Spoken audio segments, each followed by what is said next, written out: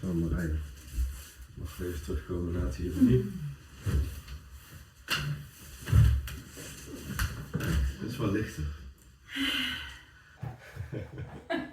I'm here. Hi. Hi. Hi, welcome. Welcome, I have to say. Yeah.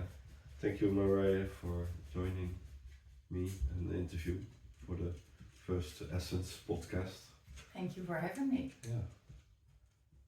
For me it's important to share to you that for me it's a discovery journey and what connects people from their own basis towards other people and how to inspire and maybe show from maybe your own pain or your own struggles in life that you got from there to a point that I want to invest and add to other people to improve their life, to have a more happy, clean, more guidance, I would even say, and getting to a bit of soul mission or your purpose. That's why you are here. And I've been to our first session with you, so I've been through the journey where I could feel like what it can do, and it was a very new, a different way for me at looking towards my things.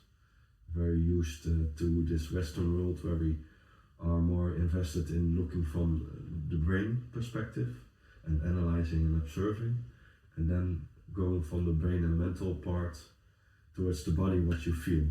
For me that was a big step that I knew was there, but then again there was a disconnect in what I would know and then what I would feel.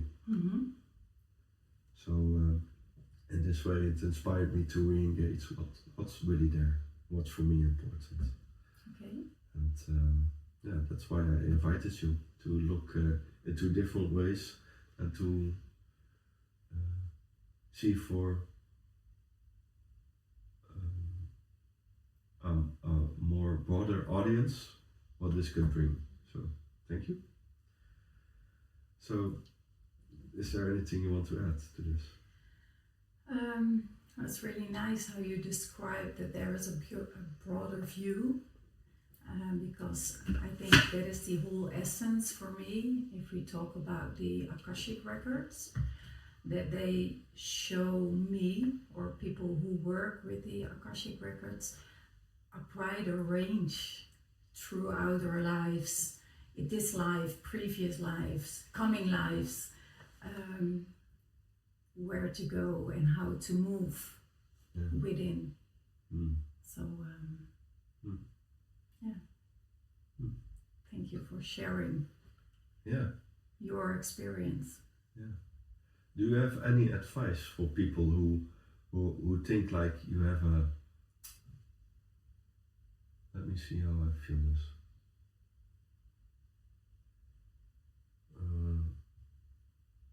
A lot is manifested in the head. Like we think, and then we think, and then we have an emotion. And then that's what we are taught to do. So we are not trained in the way to use our sixth sense or whatever you call it.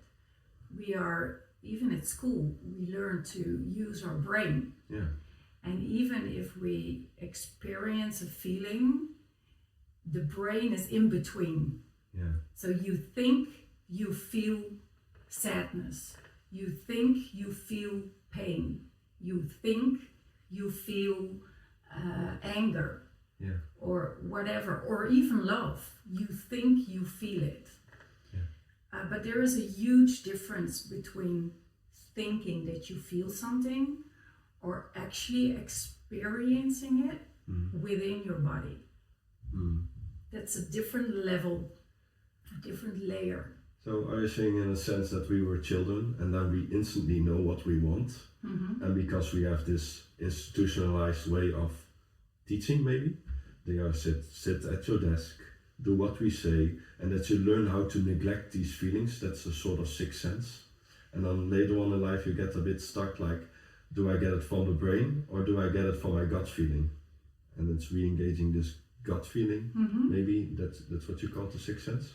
Yeah, that's part of it. It's part of it is the culture where you're living, but it also has to do with previous lives, with your previous experiences.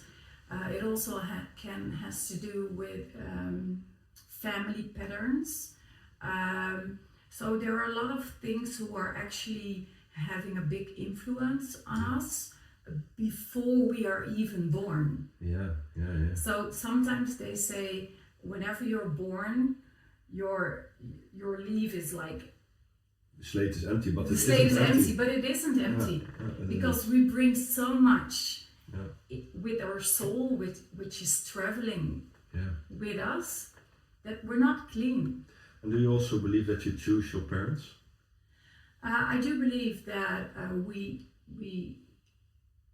decide what kind of lessons we need to learn on the soul level to develop us and to develop ourselves in this life, in the next life. And sometimes people or the soul is not so far developed that it's not always possible for them to decide what they need. But the more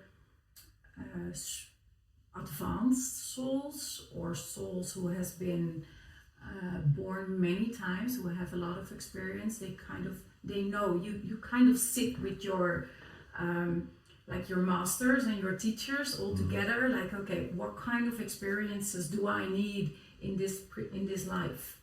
And you kind of make a plan together. That's sort of how I see it. Okay. You make a plan. Yeah. So it's not only like I decide. There is no I. I don't decide. Part of my soul is there together with my spirits, with my team. Together we decide what steps we need to take. So everybody has spirits in their life that are still guiding them, or was that before you get here as a soul? Both. So there you have like the spirits who are there. We call them the masters, who are there from the moment your soul was there and started to develop. And they will continue to guide you as long as we are here on earth. And then we learn lessons. So we have teachers who come to teach us a certain lesson. They can stay with you for maybe a few months, maybe a few years, maybe a couple of lives, depending on how long you need to learn the lesson. And then we have like the loved ones who can help and guide us during our life. And sometimes they're not always people who we know. It might be some neighbor who saw you every single day as you went to school, and there is some kind of deeper connection on a certain level, on a certain issue. And that person can decide to help you and guide you for a certain time after he or she passes away. So it's not always somebody you know. You know them, but not always. Like we always think that they can only be our loved ones. That's what we want to think, because it's a nice feeling. For me, it would also mean that you have a soul entanglement, and you just feel when you shake somebody's hand. Sometimes you just know this is a good guy. I can easily vibe with him, and then you didn't even need to exchange words. You just know. It's an inner knowing, and in this sense, everything is maybe love and connection. So it doesn't need to be only loved ones. That is very practical and from the mind. Exactly. But also a way of knowing. I feel instant connection with this, and then this it just flows. And in this way, you attract the lessons that you have yourself and each other, because we are all meant to be as human, not alone, but together. Yeah, and sometimes we know people from previous lives, or we know people because we are connected within our soul group. So we have soul groups where we kind of learn the same lessons. So you can meet somebody and instantly fall in love with somebody, even though you don't have that kind of love where you have to be physically intimate. Yes. So you can still feel that love immediately. Yeah. Without knowing. Very unconditional. It is. You just know. You just know, it's just there. Magic. Thank you. Yeah. Well. So, getting from this more in-depth view about souls and finding each other, you do readings, and I was going into Akasha Chronique readings, and actually after this Saturday I was to a gathering that was full of people that go to Steiner school and are more into what's it called? And the word was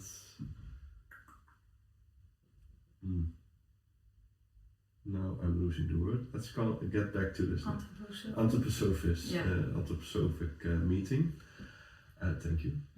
And in this meeting, also they said we're going on the scale now from the 5th to the 6th, and they were going past old times, and like we had the Egyptians, even long before that, even when people are just souls without the body, instantly understanding each other without all the language confusion, because it started with getting the body. And then I also heard this word, it was only my second time, that they said, yeah, it's the Akasha Chronique. And this is what was like so strange that now it gets back into my life multiple times. And before a month or two ago, I didn't even know what it was. No. So getting into the questions that I had, like, can you describe in your own words what is this Akasha Chronique and what is this mystical field about? I wouldn't call it mystical, because for me it's something which is very normal. It's always there, and it always has been there. The only thing is that in our past lives we lost connection. But it's a field, it's an energy field, it's a field, you can call it all there is. You can call it, some call it the source or the universe, or it's like the field before we start thinking, before there is a feeling, a thought, a physical sensation. So everything is energy. Yeah. Energy is everywhere. Yeah. It's in this water, it's in here, it's everywhere. And everything also has memory. And it has a memory. Yeah. And all these memories, all these feelings collected in a field, what I call the Akashic Records. But it's a field known in many different ways. The Mayas talked about it. But they have different names. Okay. So in shamanism, it's there. They all talk about the fields, the energy, the primary energy, which is there and always has been there. So it's no different. And in a sense, we all know it because we all have different experience, especially if you're talking about it, thinking about it, interested in it, then you've worked with it, whether it's in this life or in the previous life. But most of us lost the connection. So for me, it's kind of reconnecting with something which is so natural that for me it's not mystical. Because I believe that working with this field is how life should be. Okay. If we're all connected to this field, if we're all connected to our source. Only there was a point when we were not in touch with this. Yeah. And there was a point where it could be mystical because it's new. Yeah, there is. So when was this point for you? That you got in touch with this? Well, in fact, I think it was always there. Even when I was a small child, I believed there was something bigger. I believed there was a higher goal. I believed there was something I couldn't see, but I knew it was there. Right. So even as a child, it was there. But the way my parents raised me, it was not possible to talk in a telepathic way. It was not possible that I could hear what people were saying who were sitting on the other side of a restaurant. It was not possible to feel whatever the other person was feeling, because that's how I was raised. If you don't know, if the mind is not there, then it's not there. Okay. But for me, it was always there. Okay. Yeah. So you got a heightened touch with it again? Yeah, and then I completely disconnected with it. Mm. Because you have all these experiences in life, you kind of lose touch and you lose faith. Mm. Because everybody is telling you, no, what you're feeling, it's not right, it's not possible. Yeah. So you lose touch with that inner feeling. Yeah, you lost the trust in yourself a bit by getting all these external. Yeah, in a way. Yeah. So I got insecure, but even if I went deeper, I knew I was right. Yeah. And not my parents. Yeah. And I love them, but in this way, it's like, you know, for you it was true. For and me, then it was every true. time people say it can be true that you can feel it, it can be true that you can hear it, it's just your mind interpreting everything. Yeah. It's almost like saying, put some scent on it, and Exactly. and please don't joke around with this. Yeah, but inside it was still there. Yeah. It was still there. Oh. So I lived the life people wanted me to live for a long time, until a point where I said no more. Mm. Mm-hmm. Mm. And then I started reconnecting again. Mm. And does age, it sounds like as a child you felt this contact, and there was a point that you lost it and then re-engaged with it. At what time was this that you Re-engaged? Yeah, re-engaged with it, or maybe even lost it before we go to that? I think I kind of lost it. Well, on an early age, one of my traumas, it has to do with sexual abuse, and I was pretty young. So on a young age, everything got mixed up. Mm. My whole vision of the world and who loved me, who didn't love me, was kind of mixed up on a really early age. So the only thing what was there was my inner feeling, and it kind of gave me the faith to hold on and to survive in a way. But then around 12, I lost somebody who was really dear to me, and then everything became really mixed up, and I didn't know what was true anymore, and I became really insecure and trying to find, and I had all this rage and anger and sadness, and there was a lot going on in my life during them, which in the end led to I got completely mentally mixed up, completely. Yeah. So by the age of 20, I needed some severe therapy. So for 3 years, I had daily sessions. I even had to stay overnight during the week. So I was really, everything was trying to make me better because it was dark. I didn't want to live. I had severe anxieties. I completely lost it. And then after that, I kind of got myself together, found myself a boyfriend. We had an amazing house. We had, everything was there. And then I started to feel like I'm missing something. Something is deeply wrong. So that was after you 20-ish, 25-ish? Yeah, at the end, when I was 27, I left him. There was this feeling of me like, I always felt I wanted to go to India, and I didn't know why. I just had to go there. You had to go to India. Yeah. I had to go there, and then me and my ex-boyfriend were together for 7 years. And you were in the Netherlands at that point. We were in the Netherlands. Yeah. Yeah, we lived in the Netherlands. And then at the age of 27, I was mixed up again, and I wanted to die. I didn't want to live anymore. So I called the emergency line, and that person was connected to all the therapies I had during my life. I think at the age of 27, half of my life, I had been in therapy. So I had a lot of therapy. And then he said, look, you had everything we can offer you, mainstream. So there's nothing I can do for you.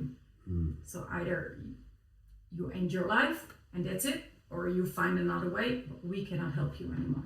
And I was really angry. Yeah, of course. You're trying to trust and get a surrounding that feels stable and founding like a fundament. Yeah. You lost it at young age. Where's my fundament? Who am I? Where am I? Yeah. And am I feeling everything right? And you seem also quite sensitive. Yeah. So you feel everything. Yeah. And then you get learned at a young age that boundaries, things are important for you. You don't have your subtle ground. Yeah, and exactly. when you have this, I can even notice, to add for myself, you get a sort of overview. How do I create safety? What is the safety? Yeah. It's also a mechanism in where we try to find, is this trustworthy or not? Exactly. Can I go for this or not? And then a therapist where you try to feel, literally throw your gut out. They say like, yeah, we tried everything for 7 years, 6 years. I don't know if I can help you. Yeah. It's like, where's my fundament now? Where do I start? And Exactly. you feel very lost. Yeah, I was At really least angry would for say a couple of days. Yeah. But then I think after a week, something shifted. And there was this like inner feeling came up like, okay, if nobody is going to help me because they say there's nothing else that can be done, I refuse to accept this. I refuse to accept this. And I made a huge decision. I left my boyfriend. I sold the house or my part, and I left to India. Wow. And that was it. That was the start of something new, of a new phase. Because you're saying you left to India, and then that is also a personal journey. And what I could read on the website is also in India you developed a way to get in touch with this Akasha, and you had a teacher there. Yeah, well, it So was how not, was this? initially it was not connected to Akasha. It was just connected to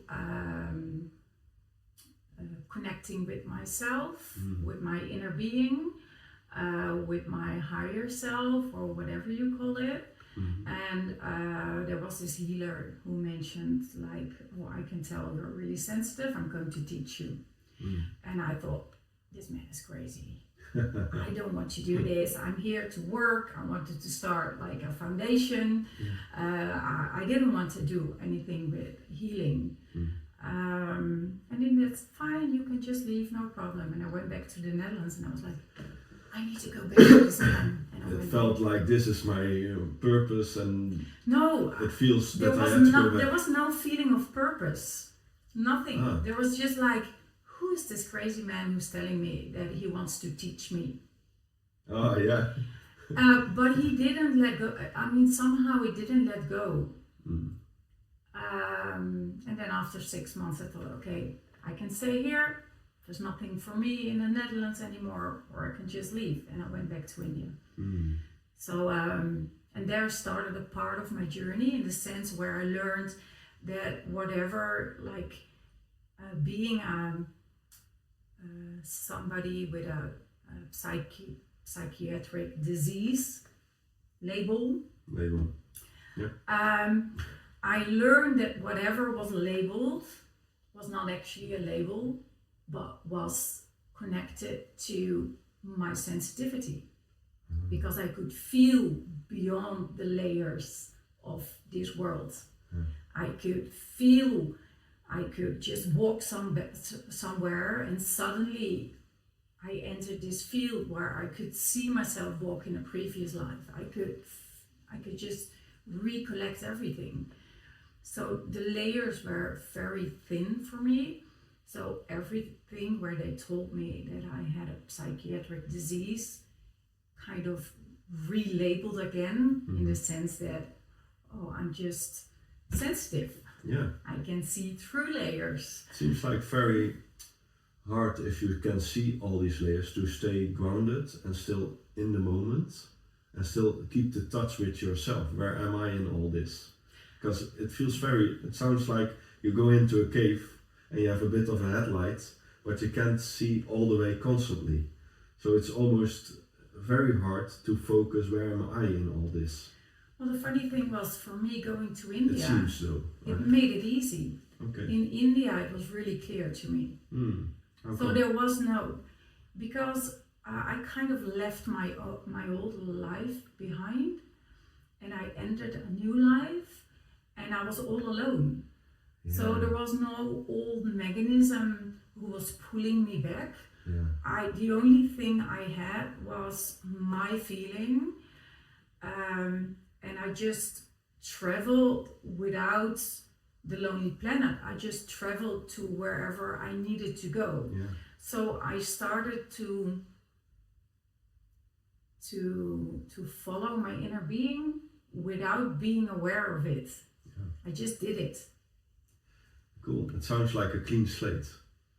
When Exactly. we have all these old habits and we feel that there's a label or there's a judgment, it doesn't contribute to a growth mindset. And what I feel like, it's almost like a seed of a plant. You plant it in a new surrounding where you have enough sunlight, enough water and enough good soil. Then you can re-evaluate, like, how do I want to grow now? Exactly. And that's what I did for 7 years. And then my physical body stopped working, and I had to return to the Netherlands. And then a whole new journey started, because I had to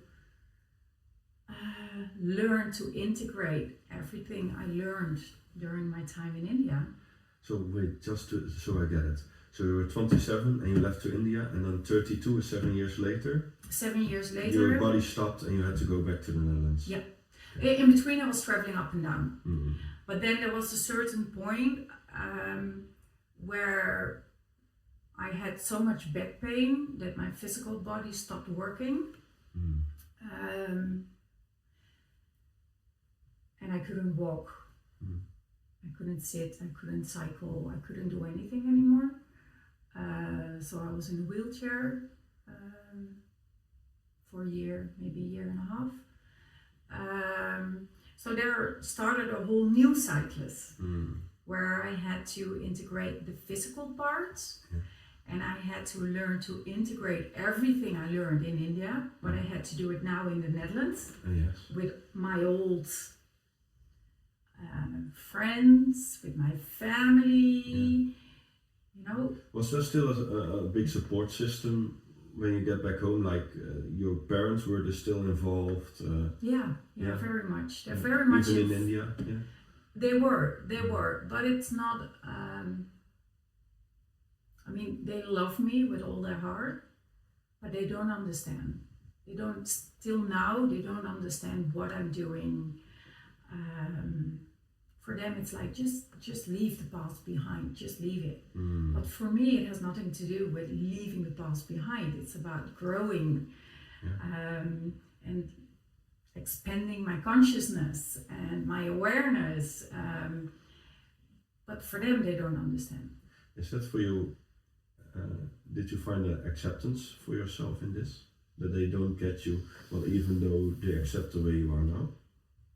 Yeah, I did. It's painful. It can be painful, but it's the moment where I realized that it's painful for them as well, I could accept.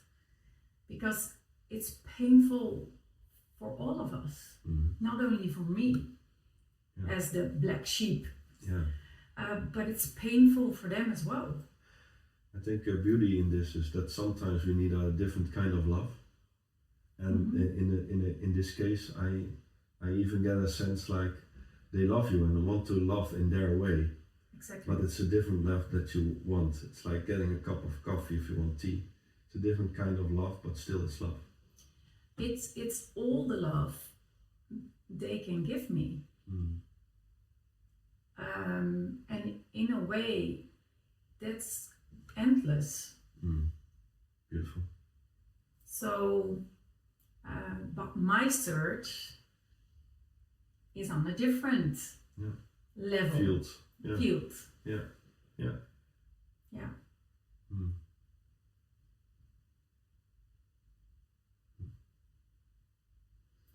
Yeah, so I think after coming back to the Netherlands, things shifted pretty fast. Like really reconnecting with my body, because the spiritual path is not only about traveling beyond, it's not only about traveling to different lives, or it's also about integrating that higher source within your life, to embody it. So we don't, a lot of, so first part of my journey was about connecting with the source, with the energy, the Akashic field. It was all about that connection. Yeah, could you also call it like some people call it light? Or? Some people call it light. Okay. Yeah, for many years I called it the light. Yeah. But in the end, you have to kind of bring that light down within your body, within your system. So I did a lot of work where I went beyond during my time in India, and because of my physical problems, I had to bring it down. So then started a new journey where I had to bring the light down into my life, into my physical system, because your physical system has to adjust to all the light. Yeah. If you just open the gate and let all the light come down, then your system is not ready for it, you know, and it's too much. And some people can actually get a psychosis, or they can mentally, you know, it can really destabilize your body. It can destabilize your body, and it can even destabilize your body in a way where you get a heart attack or something. It is possible if there's too much. So that's why you have to balance, like the emotions, the mental part, the spiritual part, and your body. So then started for me a time where I had to readjust my body to welcome the light within my life. And for somebody who wants to attune to this, what's your advice you give? Because you say you have to adapt your body, but it almost feels for me also like a sort of grounding. It is grounding, and it's, I mean, anybody can work with the Akashic Records. And then it's kind of, then you have to keep on doing the work. You have to keep on cleaning your energy fields. You have to keep on releasing all traumas, this life, previous life, family habits. It's like it's popping up, and you release it, you can let it go, and you continue the work. And you release it, it's like not a choice, but you release it by feeling it. Yeah. Well, if you work with the Akashic Records, because when I came back, my journey with the Akashic Records started, then it's like in this field, you're in a kind of healing field. It's a healing field where everything is connected already. So the moment you connect with this field, it's like it's wanting you to heal. But there are always layers within yourself who are, maybe your mind is willing, but if your body is still like, it's scared. I'm scared. Yeah. Oh, I don't want to be. Oh, I'm scared to live my fullest, biggest self. Then the light cannot come. If your body is there and the mind is there, or your body's there but the mind is not there, so then it's still not happening. Yeah. So if you want to connect with that healing field, you have to kind of be aligned in all these different layers. And there's kind of like a connection. What I'm feeling in this is there's a frequency, and fear is like a lower one, and it blocks. Yeah. Because fear isn't about hope and about healing and about connection. So what I feel with alignment is almost saying towards yourself, you have an antenna, you can go into this frequency, tune into it. Yeah. But if there's fear, if there's a boundary in the head, like I can't do this, or there's something not in the creation phase, but subduing to that, then there's a disconnect. There's a disconnect. And there's no balance. Yeah. So the balance is, in one way, can I see the light of the yin yang? And in one way, can I adjust to the dark side that's there? Yeah. But still acknowledge that it's just there. Yeah. Without the fear of being. Yeah. Okay. Yeah. So you need to, all these layers should be in the same energy field. Yeah. Mostly. To make it shift. Okay. To make the shift. And that is something I learned from the Akashic Records. Because by working with it, it actually helped me heal my body. Yeah, that was what I was interested in. Like you say, align, adjust, letting the energy go lower because it was in the lower back and you couldn't use your legs. So when you got adjusted to this light field, or Akasha, you could eventually let it go in. How does this work? Can you explain me how? Yeah, well, let me say before I start explaining that everybody has their own journey in the Akashic field. So it's not always that you have to be completely ready before this, but in my experience, the Akashic field helped me to heal my physical pain. Okay. So there was a moment before and there's a moment after. But so that feels like an instant healing,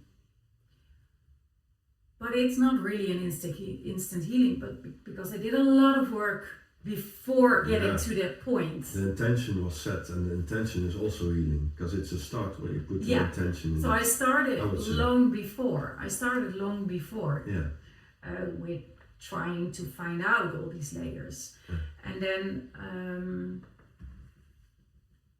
I started working with the Akashic Records when I was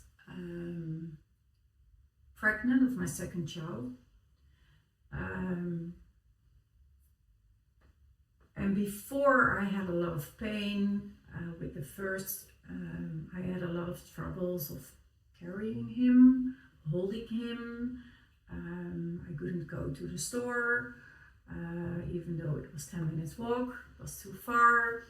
So there was always pain involved. And then during the pregnancy of the second one, I started working with the Akashic Records.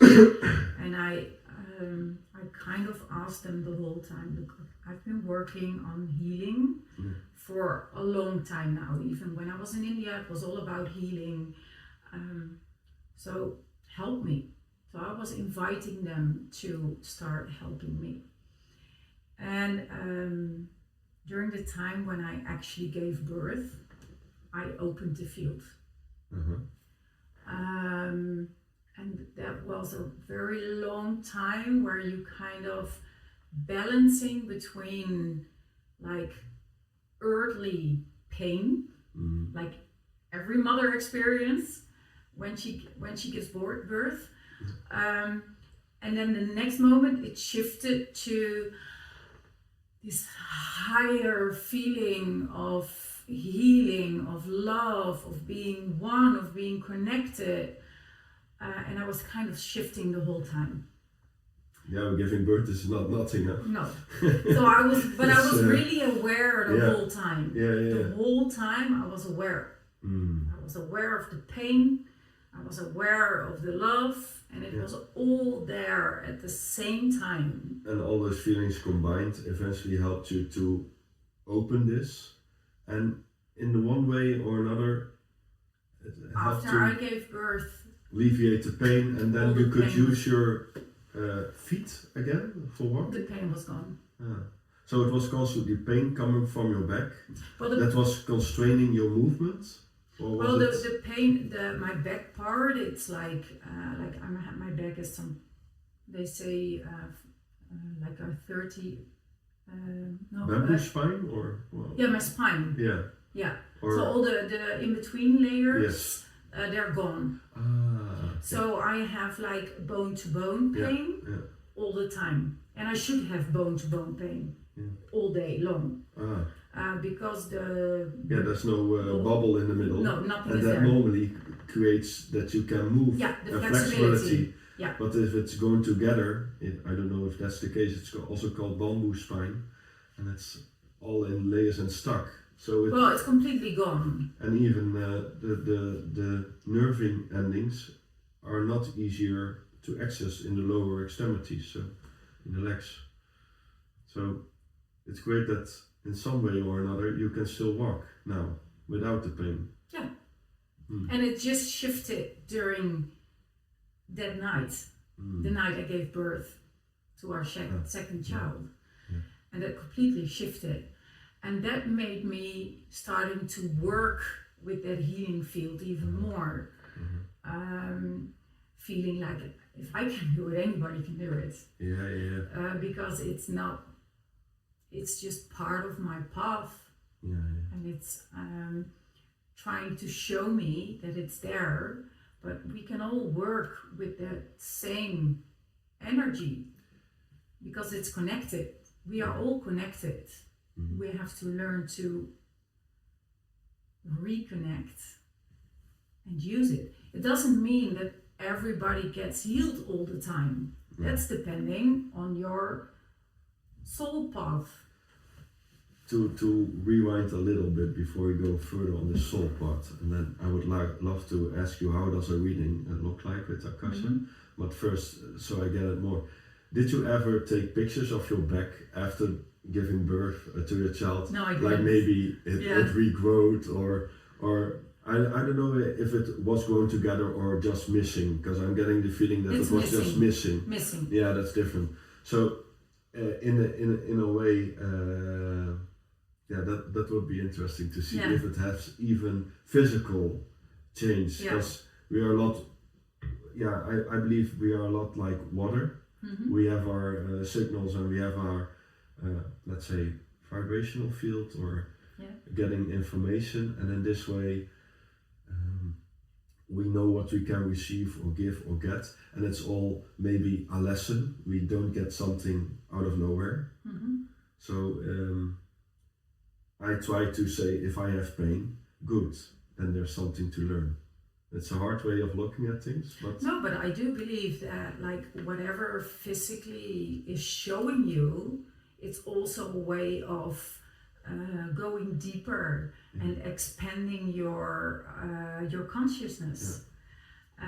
So I do believe everything is connected, and it's depending on your path whether you can completely heal it or partly, or some people they choose to live, and that's difficult to believe for some people as well. Some people choose for an illness in life because they want the experience to have an illness, to need to ask for help. They have to ask help. So it can be a choice. It can also be an invitation. Am I okay with asking help? Exactly. And that's why you ask for it. Yeah. It's a very different way of looking at things than I normally hear. Yeah. Very interesting to look at this. So it's not always easy to hear and to maybe also. But that's how But it's an interesting way of looking at it. Yeah. Like the pain is also an invitation to look deeper on the soul level, what's there and what do you Exactly. want to accept. It was asking me to stand up. Yeah. Before, I didn't work with healing. I was a yoga teacher, but I didn't practice it. I was a healer, but I didn't practice it. So it was actually asking me to stand up. Yeah. And I did it by working with the Akashic Records, and I kind of mix everything I've learned before. But it was really asking me to stand up for what I believe in. Okay. So it's also a practice what you preach behavior. Yeah, I can only practice what I have learned. Yeah.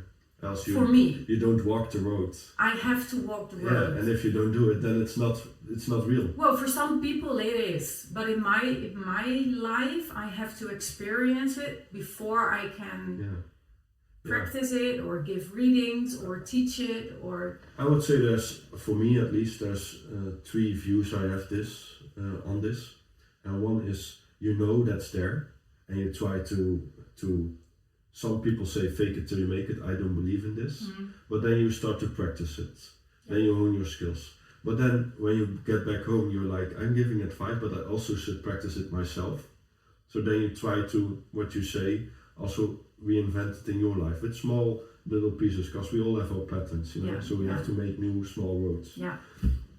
And then when you get from the learning apprentice to teacher to a master is somebody for me that also has walked the line, did in the basic try to reinvent it for others, and then see I have to reinvent it for myself, and then from this base point on, I master, I can do it for others because I've done it and I felt it, and I do it from own experience. And still you have to keep on doing your own, you still have to make your own steps. I mean, this is partly what I have done, but now I'm raising 2 beautiful children, and I'm kind of relearning a lot of things again. Big mirrors. Of course. They're an invitation. Huh? So it's always a new invitation what is going on. Mm. And even my physical is still part of it. Like now it's not maybe my back, but then I get some headaches. Okay, so I have to recheck again what is going on. That's I don't believe in like I did this, so I'm done. Mm. No, I'm not done. We're never done. It just continues in a different way. Yeah. And it's the beauty. Yeah. And the frustration part sometimes. Yeah, of course. Yeah. Sometimes you just want to be done with it. Like, of course. Finally of done course. all these lessons. We're only human. Come on. Yeah, I get that. Yeah. So I want to get back in the process of the reading. Mm-hmm. And can you explain for people who aren't familiar with it what a reading looks like and what they can feel or experience afterwards? That's a big question. Let's start in, what does a reading look like? Well, it's basically just a normal conversation where initially I just start to we start with a meditation. And then I open the field by a prayer, and in that prayer we kind of set the space, mm-hmm. And I'm connecting with the other person with his full name, his birth name, mm-hmm. because we kind of tune in the energy of the name. Every name has a different vibration. So in the prayer, we set the light, we set the boundaries, we create the safety space. I create the fact that I'm receiving information and sharing it, but not being part of the information. So I'm creating the space where I'm like, I just telling whatever I see. You're a medium in this sense? I always say like for 5% I'm there, and 95 I'm just telling, showing whatever is coming. So and then when the field is open, people can ask questions, And it's depending on what is coming. Sometimes there's silence, sometimes there is a lot of information, but we always shift from the personal state of awareness to the universal state of awareness. So we make a shift during the prayer where we kind of opening the fields. It doesn't mean that I can see everything, because I only see what is important for, like if you are coming, what is important for you at that particular time. Yeah. So it also means that it's important for you during that time. It's not something you have to hold on to, because in the next moment things can change, can shift. Yeah. But what we're trying to do is to give you information where your soul feels comfortable with, so you can make next steps in life, where you following your path, your destiny, your mission. But it's always changing. So the most difficult thing for me in this work is when I have people and they say like, oh, this is what you told me, and they come to me like 1 year later, like, this is what you told me. Yeah, but that was a year ago. So it's depending on how you develop the skills, the practical skills, how you work with it, how you integrate it in your life. And then during the next reading, it can become something completely different. Yeah. Depending on how you did your work. Yeah, of course. With the information. So it's an invitation for growth, is what I'm getting. Yeah, exactly. And if the growth is taken, okay, then you get new lessons. If it's not, it could come back after a year as well, huh? Exactly. Some people never want to readdress and learn. look at themselves, so they project, reflect, and then it's not an invitation. That is at that point maybe something they can work with. But then again, in a year they can come back and see if it works. But of course you try to see what's getting there and make it appropriate that they can digest it a bit. Exactly. And some people work really well and they come like every 3 months and they take their steps, and every time there's a different part we can continue on. And for some people it takes more time, it's depending on the topic. And during the reading, we kind of see the story for what it is. And we see it in like in this life, and sometimes previous lives, next lives, family lines, so we can see the broader view. So we get a sense of overview, which is a very important part, because there are a lot of details, what you know and the things you don't know. And the details are important if we talk about healing. So if you start talking about the details, and the mind is like, now I understand. Now I understand what they're talking about. Then you get a kind of healing, which is on the mental layer, where you say, of course, I knew this. Oh, I missed this. Of course. So that's a mental healing. Aha moment. The aha moment, exactly. Yeah. And then if you go even deeper, which is depending on the one who's receiving the reading, but if you can go a level deeper, you can go to the level where you can heal it or create healing or start healing it on the soul level. So there are different layers, and it's always depending on the person who is receiving it. It really sounds like a challenge for some people, and even for me sometimes, because you have your patterns. Exactly. And maybe you get an acknowledge to the brain like the aha moment, but then it's like scratching a plate. You always have to know, I'm walking a path and I'm creating a new path, so every time you do it, you have to be like, I'm doing it again, and then readdressing it and scratch a new path, like, now I know, and this is the invitation that I got. Can I work through it? Yeah, and that's what I mean with you have to do the work. Yeah. I mean, you can receive a healing And that's the big issue nowadays, because people want to have like a major experience. A quick fix. Quick fix. And I did the same when I was walking my path. I did the same. But we see this in schools, in hospitals. You get a pill, yeah. and this pill will suppress your pain. But it's not inviting you to ask, where does this pain come from? No. And it's not inviting you to sit with the pain, what's telling me? Yeah.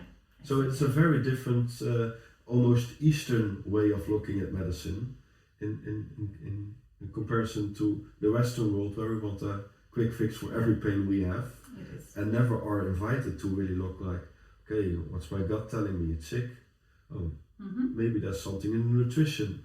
Maybe there's something I do in exercise. Yeah. Maybe there's a lot. Or maybe there's an emotion. There's an emotion being suppressed. Or maybe there is something in your mind which is on the repeat button. Yeah, and it can really sicken you, because your gut is your second brain. Yeah. And it influences a lot what happens here as well with the hormones. Exactly. So there's a holistic view needed. Yeah. For not only the spiritual level that can address it, but also the human body to accept and readdress what are my patterns. Exactly. Okay. Yeah. Thank you. And that's always the difficult part in a reading, that there's you highlight one part, and then people say like, oh, now I have to make the changes. But if you highlight the one part and you start working with it, other things are developing as well. So you have to continue to do the work. Yes. But doing the work is not in the sense that, because for me there's a huge difference between the time I was receiving a lot of therapy and working with the Akashic field. Mm-hmm. For me, working in the Akashic field, I can work with my sexual abuse, or I can work with my anxieties or other fears, but there's always this field of light, this field of unconditional love, this field of healing. So whatever topic is there, even for everybody who's coming to me, whatever topic is there is this sense of it's been carried in a way. So the energy is working together with you to carry the burden. You're not alone in this. You're not alone. Yeah. And that feeling makes it a lot easier to work with severe traumas. Yeah. Yeah. Because you get the sense of, okay, there is this energy field. The spirits are here. They're helping me. Mm-hmm. So if you start reconnecting with your spirits, you're kind of inviting them to help you address and to feel safe and carried. Yeah. Exactly. You're never alone. Yeah. You're never alone. And in this time and space, especially after Corona, I can see with even children and healthcare, there's a lot of feeling of people being alone and not being carried and disconnected from society. Yeah. Well, actually, they're disconnected with their deeper self. So they're disconnected with their inner being. True. I always felt lonely. And if I do feel lonely now, I know there's a disconnection. So the first thing I have to do is reconnect myself. How do you do that?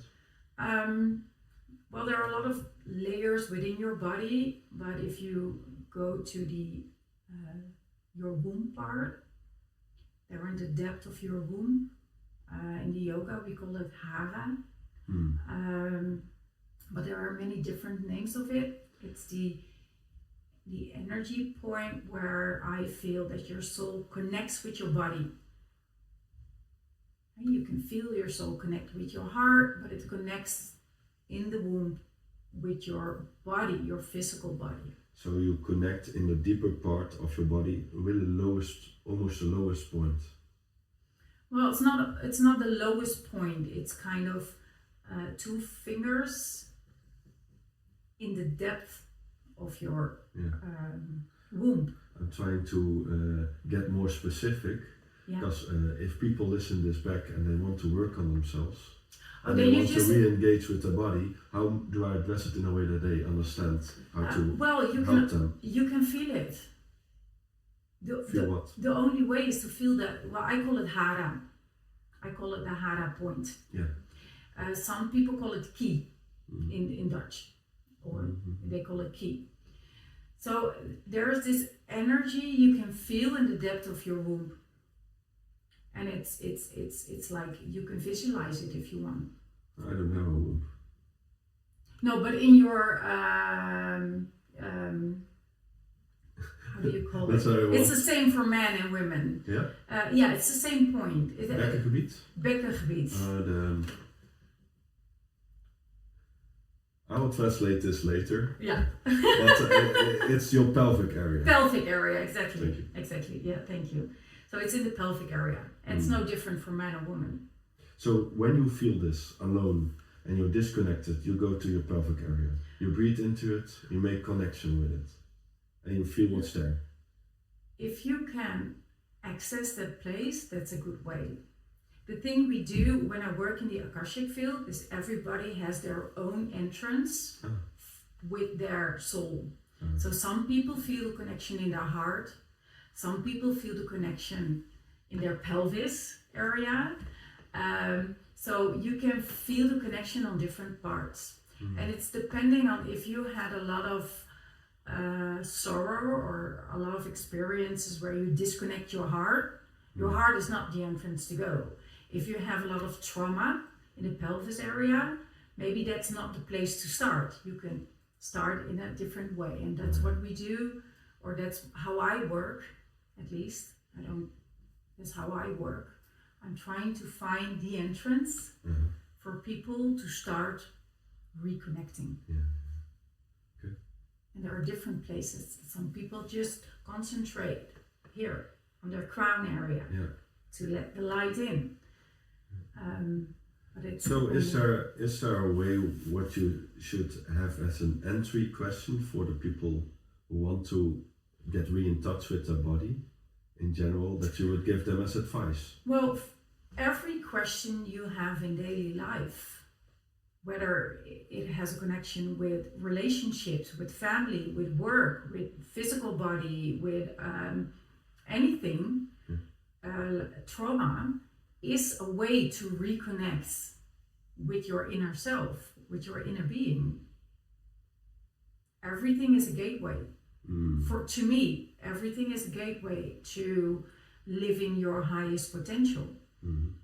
And so there is no good question, but if the moment you get stuck in life and it's repeating itself and it continues to repeat itself, then normally it asks you to look in a bigger perspective, from a bigger perspective, to look beyond the things you already know. Yeah. It's an invitation. To me, everything is an invitation. But there has to be kind of a... Though I have to add, it's a realization of the pain that's behind losing, because it has to be greater than the abundance that you're having in a good lifetime, let's say, to really evaluate the problem. Because if the pain isn't big enough, usually we just move along and we don't look at it. But if the pain gets too much to carry, then it's also an invitation to look inwards and deeper to the soul connection, and that's where I'm getting the vibe from. It's all an invitation. If the pain is high enough, we want to give it a stake, and we have to change our patterns, and else we don't look at it. Yeah, and change the pattern sounds like hard work. I mean it in a positive way. You have a pattern that is not supporting you, and you can look like it's supporting me, and can I reevaluate what I can change to myself, not my surrounding, but take the opportunity and the invitation not to look inwards. What is what I need? Exactly. And that's also a sense of self-love. And in is. self-love, there's always an acceptance of the soul. Yeah, and the other part is that there are sometimes it just is what it is. So sometimes when I feel overwhelmed in life, people tell me, just open the Akashic Records, you can do it yourself. But sometimes I just feel that there is no window of opportunity. Then I just have to live whatever is keeping me there, because I have to really feel what is going on. I have to consider the thoughts, the feelings. I have to be whatever there is. Doesn't mean I can easily clear it. That's only when there is the window of opportunity to actually change it. Yeah, in a sense, you have to feel the feeling of being overwhelmed, and that's okay at that point. And we don't always have to fix it with an Akasha, or at that point, just be with it. Sometimes it's enough to be with it. Yeah. Beautiful, thank you.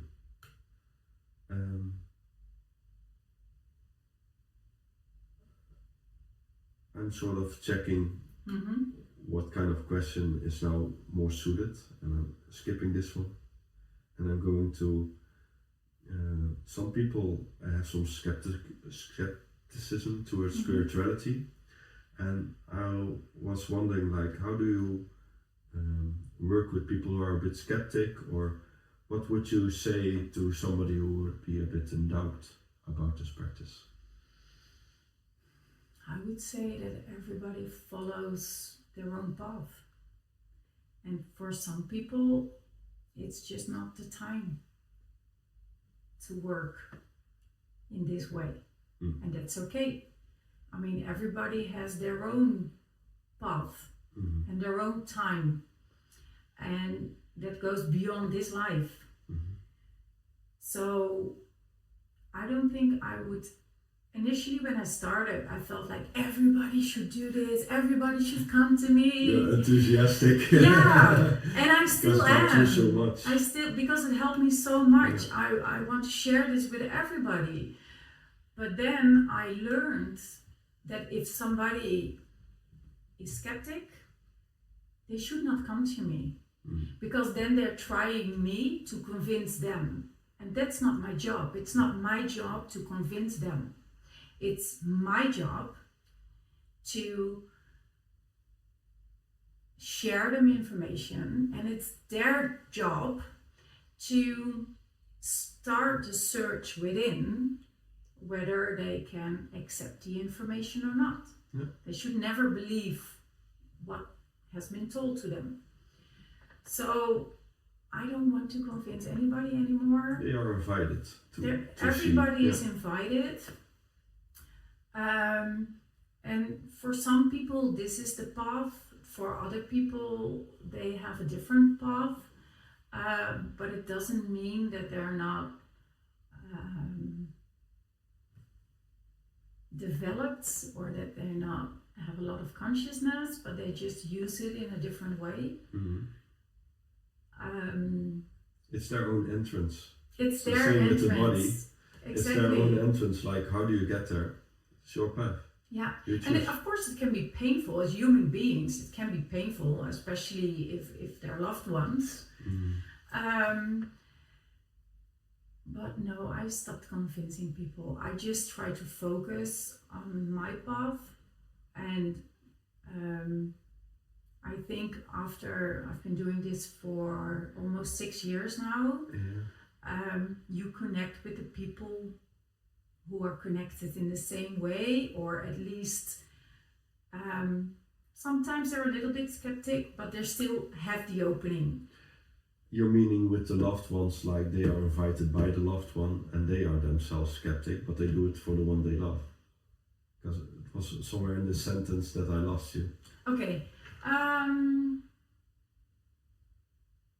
Maybe it wasn't that important, but you say, but then with the loved one, and you continued on a different sentence. I was like, was there something you want to bring up with this?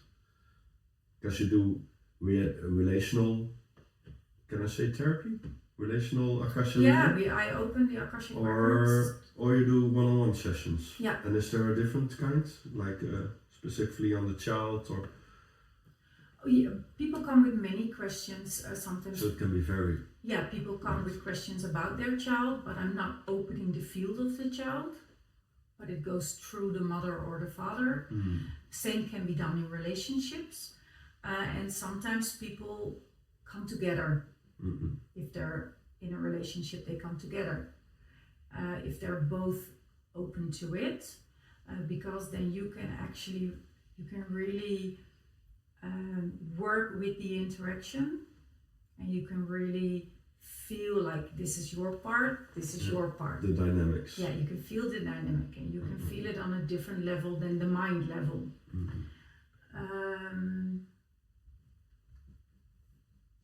But that was not what we were initially talking about. I guess, I don't know. I think in general I get a view about people who are in doubt, and where they get invited to see if that's their way. And I got an answer on this. Okay, yeah. Yeah, but sometimes people get an invitation from a loved one, and they mostly they only come if they do feel the calling. Because you can invite somebody, but if they don't feel it, they won't come. Yeah, it doesn't work that way. It's not their entrance. And I did a lot of work in that sense as well, because I don't want everybody to come. I want to work with the people who are willing to work on a deeper level with their inner being. Yeah. So I kind of set the energy boundaries in a way where the people who come, who are actually, they are willing. Yeah, there's a gate. You can walk through it if you want, but these are the entrance. Yeah, you work with yourself and you want to look at yourself in this way. Exactly. And last question, do you have any advice for people who are interested in spirituality and in discovering their own energy or finding their soul mission? Well,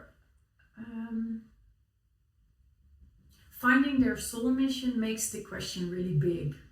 Because we feel like finding our soul mission is something big we have to do. We have to manifest, we have to do something, we have to be the person we thought we would be before we entered this life. But it's not like that, you have your path. There's one. Yeah, it was like we're on our journey. And we were with what you started with your spirits and your guides, and you're saying this is your path, and you can deviate from it. Every time you deviate, you get back in your path. Yeah. So there's always a soul mission. It's already answered in this way. Yeah, because it's for me it goes about breaking the patterns who are no longer serving you in this life. So if you can break the patterns, then you can develop yourself. You can expand your inner being, your light, however you want to call it. And I think in a sense that is what every soul is doing. We're all trying to be the completer version of ourselves, not the better version, but the more complete version of ourselves. And we just have to walk it. So that was concerning the last part. What did you mention in the first? I think it's answered in this in the general. Yeah, well, everybody has their own path. Yeah. And so there is no way you can say like, oh, you have to choose my way. No.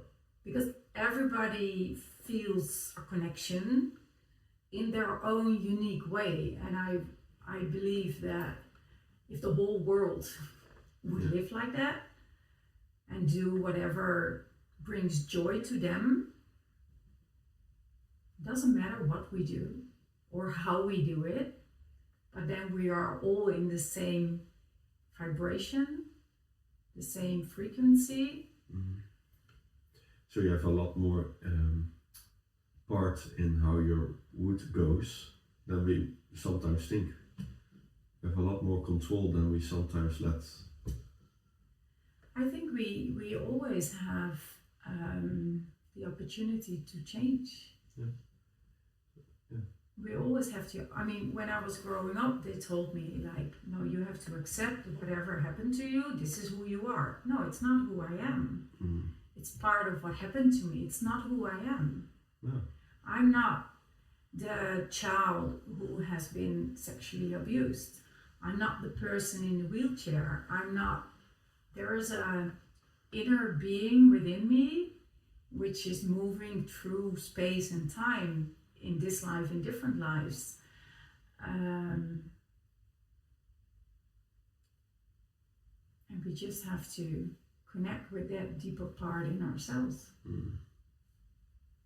Good. For me, that's the only thing we can do. Yeah. Beautiful invitation. Getting back towards yourself and not seeing that something happened in our past or future that really says, I am this, but you're this and all that. And you're constantly reevaluating. Yeah. And it's our human is very dynamic. It's not something still. No, we're constantly changing and moving, and that's the beauty of life. Is there a last thing you want to add?